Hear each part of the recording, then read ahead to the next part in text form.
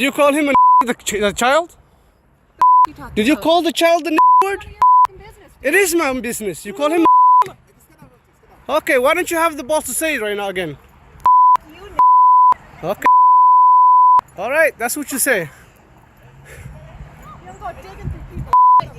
Nobody dig into your. A little kid just did, you dumb. That little kid, you call him a.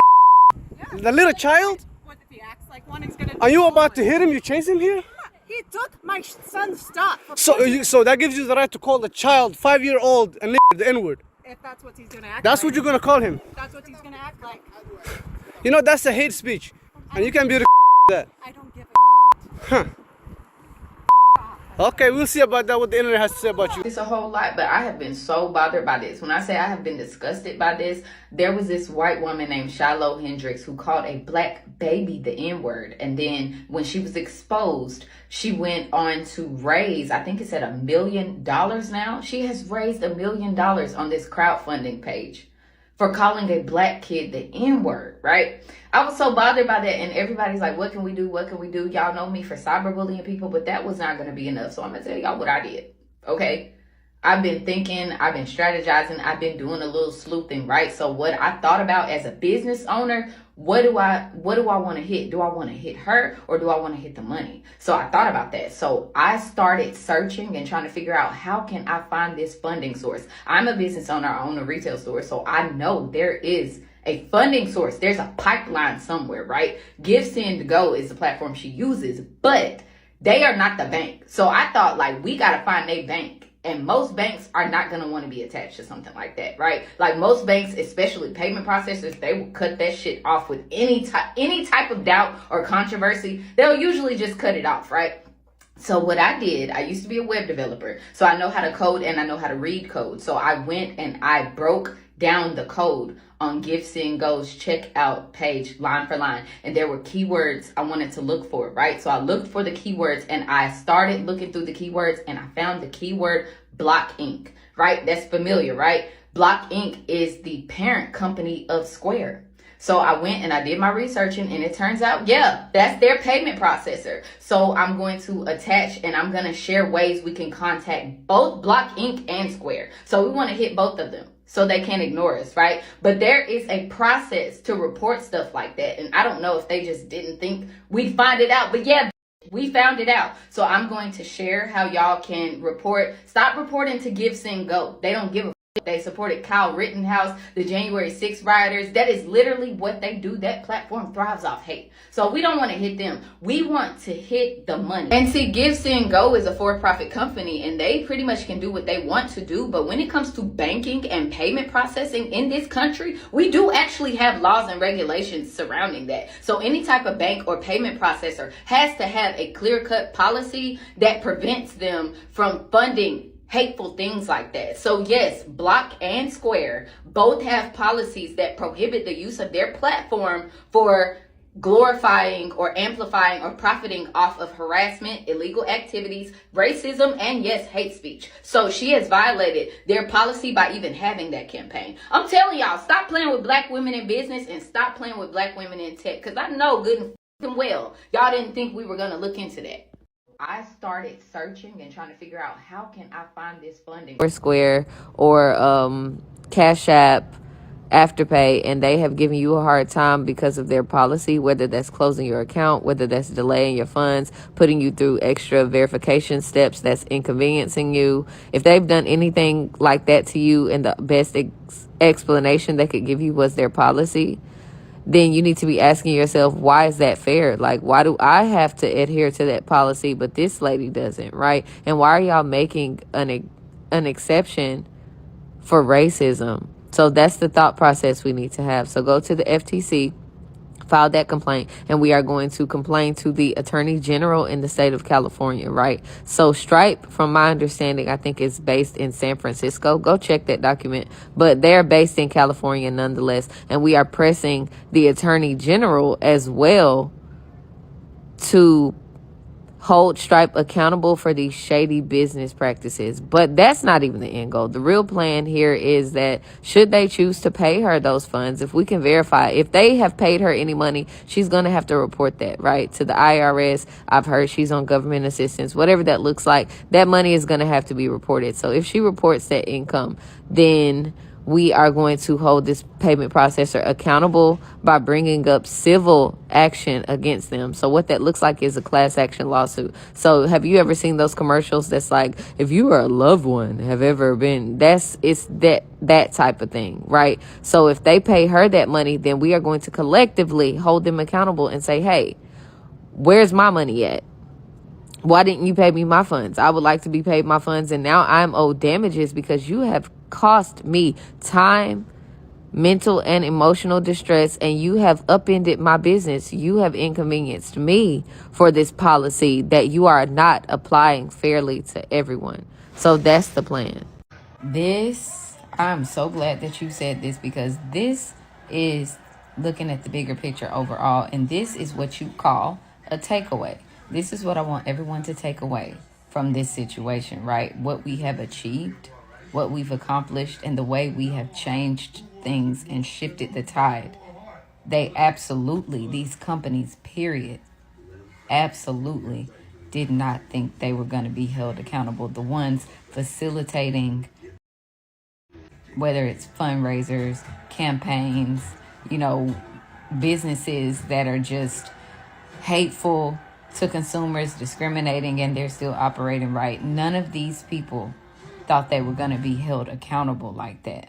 None of these people felt like they had anybody to answer to. So moving forward, we've changed that, and that is a big deal. And I know good and damn well they didn't think a black woman was going to be the one to change. Because I don't want this type of misinformation spreading. This is what's wrong in our society in the age of the internet. When somebody stands up, when somebody is doing something and actually pushing for a change, y'all nitpick that person so fucking much that the enemy or the person on the other side doesn't even have to. This is absolutely untrue. And I'm not sure what side you're on, but it is very clear you have not been following this story. I went to their website and I broke down their HTML code. This is stuff that is documented. Y'all think I would just make these claims without some sort of proof of that? I said I saw Block Inc. Now follow me here. I saw Block Inc. in their code. And as a business owner, I know Block Inc. is the parent company of Square, a payment processor. Block Inc. is the corporation. They're a umbrella for multiple things, including Cash App, Afterpay, and Tidal as well. So I called out Block Inc. because I saw them there for sure. I saw Block Inc. I called out Block Inc. and because Square is their payment processing plugin, people use their deductive reasoning to gather that it was Square. And again, if you follow this story, if you see any of the story that happened online, you'll see that multiple people, hundreds and thousands of people at this point have screenshotted their conversations with Square, and Square acknowledged this campaign initially. They were not denying it initially. They acknowledged it, said they were investigating it, and compliance reached out to say they were having it taken down. And now suddenly they've never even been a part of it, right? Now, I want y'all to look through this screenshot, and I want y'all to recognize a PR and legal stunt when you see one. Look at the language. Notice that they say current customer, as in not a customer right now, because they severed ties and backed away and tried to distance themselves when we called them out for that. Also notice that they don't deny being a part of that campaign at all. They just say Give, Send, Go is not their customer. It's also important to note that in this case, Square is a third-party payment processor. They are a separate plugin that you just add to your website. So when you go and you set up one of these campaigns, you select one of maybe like a dozen payment processors, right? And you connect it, and this payment processor is acting as the middleman. They are collecting these funds, and they're going to send it to your bank account. So in this case, maybe technically, legally, Shiloh Hendrix is the customer if she's the one who connected them to that website. But make no mistake, I saw it. Other people have confirmed it too. Block Inc. and Square were connected to that campaign, and they collected up to $600,000 for her. And again, just search the topic, scroll, do your research. There are other people on this app who have actually screenshotted the code and showed that the new payment processor is Stripe. So initially when I saw it and when other people saw it after I called it out, it was not Stripe, it was Block Inc. So now they have switched over to a different platform. And again, I've detailed all of this. There was a period of time a couple of days ago where me and a bunch of other creators were just up in the middle of the night and people were contacting me saying, hey, the campaign isn't accepting payments right now, right? So we monitored it and we broke down the code, and there was maybe an hour or so where they weren't collecting payments in the middle of the night, and boom, just like that, after that time passed, now they're collecting payments via Stripe. Now, as somebody who's a web developer, former web developer, and a business owner, I know that stuff when I see one. Anytime I had to change payment processors, you do it at a time where it's not busy. So the fact that that switch happened in the middle of the night was strategic. And if you can't wrap your head around that, I'll never be able to explain it to you. So in this case, this is the example I give. In this case, let's say we are at an apple orchard. You brought your basket and I don't have mine. So whether these apples fall off the tree, whether you catch them for me or whatever, I ask you, hey, can you hold my apples and bring them home for me when we get done? And you say, yeah, sure. But then somebody comes and they say, hey, you guys aren't supposed to be picking these apples. And you're like, oh, these aren't my apples, they're Keandria's. You're still holding the fucking apples. You still moved the apples. You still picked these apples illegally, whether it was for me or not. At this point, square denying involvement is like being caught with bricks in your trunk and being like, oh, I'm holding them for a friend. Like, you moved the money. You were complicit, bro. Oh, this is actually the most delicious part of this story, because a lot of the stuff that I used to come to this conclusion, like a lot of the skill and the research, I knew where to look, because recently my own business was attacked by. So let me explain. I own an online shop. Now, I've been in marketing, web development for like 15 years, but since Kamala Harris announced her campaign, I've kind of ventured into retail, and I started making t-shirts with quotes that uplift marginalized voices. We push for social change. You know, we support certain causes, raise money, all of that. That's what I've been doing recently, right? For like maybe the past like 6 to 8 months. And there are a lot of people pissed off by that. Like, we have shirts that are talking about dismantling white supremacy, you know, take down the patriarchy, like calling out blatant.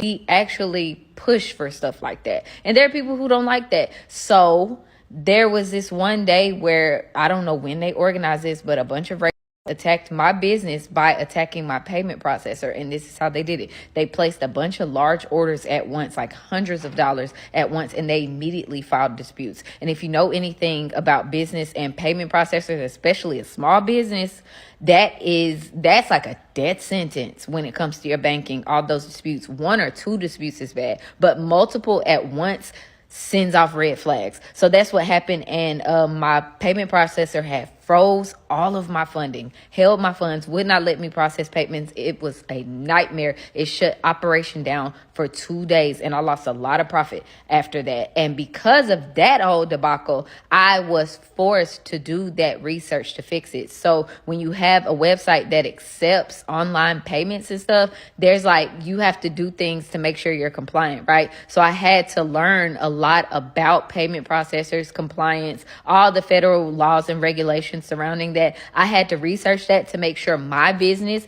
was compliant so that my bank and my payment processor would unlock my funds. They were mocking me. They were sending me messages talking about taking my little black business now. And now look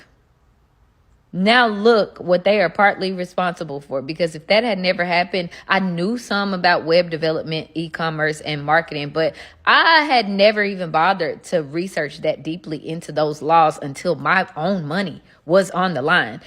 So I knew where the code would be just because I'm a web developer. Honestly, I've been doing it so long. I've built so many websites. I've looked at so many codes, and I've seen so many checkout pages that it's just kind of second nature to me. You know what I mean? When you have a client who has a certain problem, you'll have to go in there and find that bug, find that glitch, read that code, whatever. I've just been doing that for such a long time.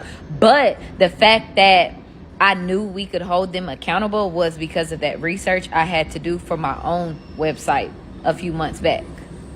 So I started looking, when I was looking at her campaign, I was just like, I wonder if this can't be okay. You know what I mean? Some stuff you're like, Are they skirting the law? Maybe, but there has to be some sort of loophole. This is not all right. There has to be something preventing them from doing this. So I just started thinking, and I was like looking at the site, like, is this compliant? Again, taking everything. And now they're trying to tell me that I have to go get you a job. I can't go get a job. Look at me. I can't go to work. And the state is not.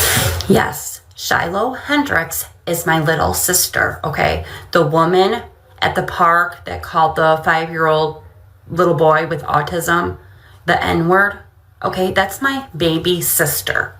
You guys have no idea what people are doing to our family right now. No idea, okay? They have threatened to dox Shiloh's address. They have threatened to dox my address. They have found out names of 3rd and 4th cousins that they're going to dox, okay?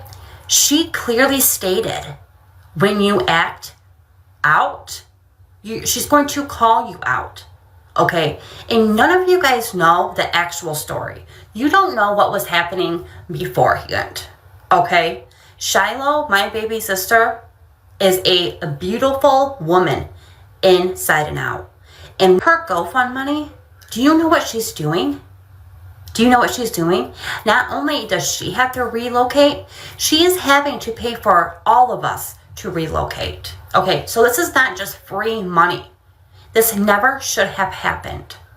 Okay, you guys are being very immature. It was just a word. It's just a word. Why are you guys getting so bent out of shape over it?